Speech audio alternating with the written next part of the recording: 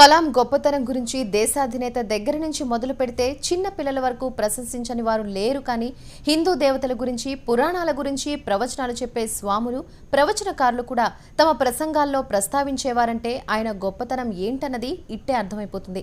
అలా చాగంటి కోటేశ్వరరావు ఒక సందర్భంలో అబ్దుల్ కలాం గొప్పతనం గురించి ఏమన్నారో ఒకసారి చూద్దాం. అబ్దుల్ కలాం గారి కెరీర్ ఎక్కడండి ప్రారంభం? మీ అందరూ వింగ్స్ ఆఫ్ ఫైర్ చదివి ఉంటారు. ఆయన కోరుకున్న ఉద్యోగం ఒకటి, ఆయనకు వచ్చిన ఉద్యోగం ఒకటి. అట్టర్ ఫ్రస్ట్రేషన్తో ఆయన ఋషికేశ్లో ఒక స్వామీజీ ఆశ్రమానికి వెళ్ళి కూర్చున్నారు. టోటల్ డిజెక్షన్, ముఖంలో నీరసం స్పష్టంగా కనిపిస్తోంది. నేను ఒకందుకని చదివాను, నాకు ఈ ఏరోనాటికల్ ఫీల్డ్లో ఉద్యోగం వచ్చింది. ఆయనకి ససేమిరా ఇష్టం లేదు. ఆయన నీరసంగా కూర్చుంటే అలా వెళ్ళిపోతున్నారు స్వామీజీ. ఆయన రాసుకున్నారు, మీ అందరు చదివి ఉంటారు వింగ్స్ ఆఫ్ ఫైర్. ఆయన ఈ పిల్లాడిని పిలిచారు, అబ్దుల్ కలాం గారిని. ఏం అలా కూర్చున్నావు నువ్వు అంటే ఆయన అన్నారు, నేను ఫలానా ఉద్యోగం కోసం వెళ్ళాను ఇంటర్వ్యూకి, అది పొందడం నాకు ఇష్టం, కానీ నేను సెలెక్ట్ అవ్వలేదు. ఈ ఉద్యోగం చేయడం నాకు ఇష్టం లేదు, ఏదో ఇంటర్వ్యూకి వెళ్ళాను, దీనికి సెలెక్ట్ అయ్యాను. ఇప్పుడు నాకు ఈ ఉద్యోగం చెయ్యాలని లేదు, నాకు ఇష్టం లేదన్నారు. అంటే ఆ రోజున ఆ స్వామీజీ ఓ చిరునవ్వు నవ్వి అన్నారు, నువ్వు కోరుకున్నదే నీ జీవితంలో దొరకాలని ఎందుకు అనుకుంటున్నావు? ఈశ్వరుడు నిన్ను ఏం చెయ్యాలనుకుంటున్నాడో అని ఆలోచించి ఈశ్వర నిర్ణయంగా దానికి ఎందుకు వెళ్ళలేకపోతున్నావు? ఏమో ఈశ్వరుడు నీ ద్వారా ఈ జాతికి ఏం చేయించాలనుకుంటున్నాడో అన్నారు.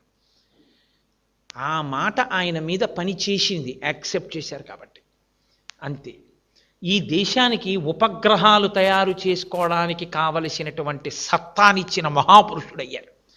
ఆ కారణంగా రాష్ట్రపతి పదవికి రెండో మాట తృణప్రాయంగా వదిలి విద్యార్థులతో మాట్లాడడమే నాకు ఇష్టమని కాలేజీకి యూనివర్సిటీకి వెళ్ళి పిల్లలందరితో ఎంతో సంతోషంగా, ఏమి అబ్దుల్ కలాం గారండి, అది క్యారెక్టర్ అంటే. అందుకు నేను మురిసిపోయేది. మహానుభావుడు రాసుకున్నారు ప్రిఫేస్లో, అమ్మా ఇవాళ ఈ అబ్దుల్ కలాం భారత రాష్ట్రపతి, ఇవాళ ఈ అబ్దుల్ కలాం భారతదేశానికి డిఫెన్స్లో కావలసినటువంటి అనేక ఉపగ్రహాల యొక్క నిర్మాత. ఇవాళ ఈ అబ్దుల్ కలాం భారతదేశం అంతటి చేత గౌరవింపబడిన వ్యక్తి. కానీ అమ్మ, అబ్దుల్ కలాం అని పిలువబడేటటువంటి ఈ శరీరంలోకి ఇంత మేధాశక్తి ఎక్కడి నుంచి వచ్చిందో తెలుసా? రామేశ్వరంలో ఒక పెంకుటింట్లో నేను గుడ్డి దీపం కింద చదువుకుంటూ రాత్రి 8 గంటలకి ఆకలేస్తే పళ్ళెం పట్టుకుని పరిగెత్తుకుంటూ నీ దగ్గరికి వచ్చి నీ కాళ్ళ దగ్గర కూర్చుని, అమ్మా అమ్మా నాకు ఆకలేస్తోందమ్మా అంటే నువ్వు పొయ్యి దగ్గర నిలబడి ఇలా అటు ఇటు తిప్పినటువంటి నూనె వెయ్యని 2 రొట్లు నా పళ్ళెంలో వేసి అత్యంత ప్రేమతో కూర వేసి నా తల మీద చేతితో నిమిరి, నాన్న నువ్వు ఎంతో వృద్ధిలోకి రావాలి, బాగా చదువుకో అంటూ నువ్వు పెట్టిన రొట్టెలు ఈ అబ్దుల్ కలాంలో ఇంత మేధాశక్తిగా మారాయమ్మా. నేను ఎదురు చూస్తున్నది ఏదో తెలుసా? ఏదో ఒకనాడు అబ్దుల్ కలాం అని గౌరవింపబడినటువంటి ఈ శరీరం పడిపోతుంది. ఒకనాడు నీకు నమస్కరించాను, అమ్మా ఇవాళ ఈ గౌరవాలు అందుకున్న నీకు నమస్కరిద్దామంటే నీ శరీరం నాకు అందుబాటులో లేదు.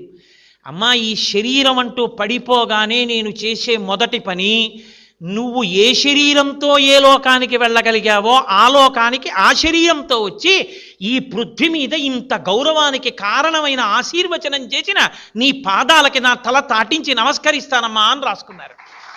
అది కొడుకంటే. ఇలాంటి కొడుకుతనం లేనివాడు ఎంత గొప్పవాడైతే ఎవడకు కావాలండి? కట్టుకున్న సతిని నట్టేటిలో ముంచి కన్నవారి నోట గడ్డ కొట్టి సభలకెక్కువాడు చచ్చు పెద్దమ్మరా లలిత సుగుణజాల తెనుగుబాల.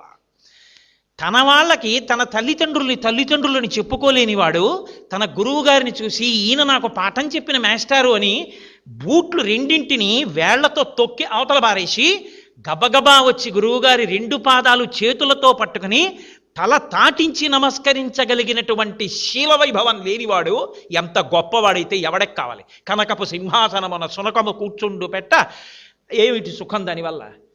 మీరు ఎదగడం కాదు, మిమ్మల్ని సెట్టింగ్ ఎగ్జాంపుల్గా మీ వెనక వాళ్ళు తీసుకోవాలి. అది మీ ప్రవర్తన చేత సాధ్యమవుతుందేమో, కేవలం నాలా ఉపన్యాసాలు చెప్పడం వల్ల సాధ్యం కాదు.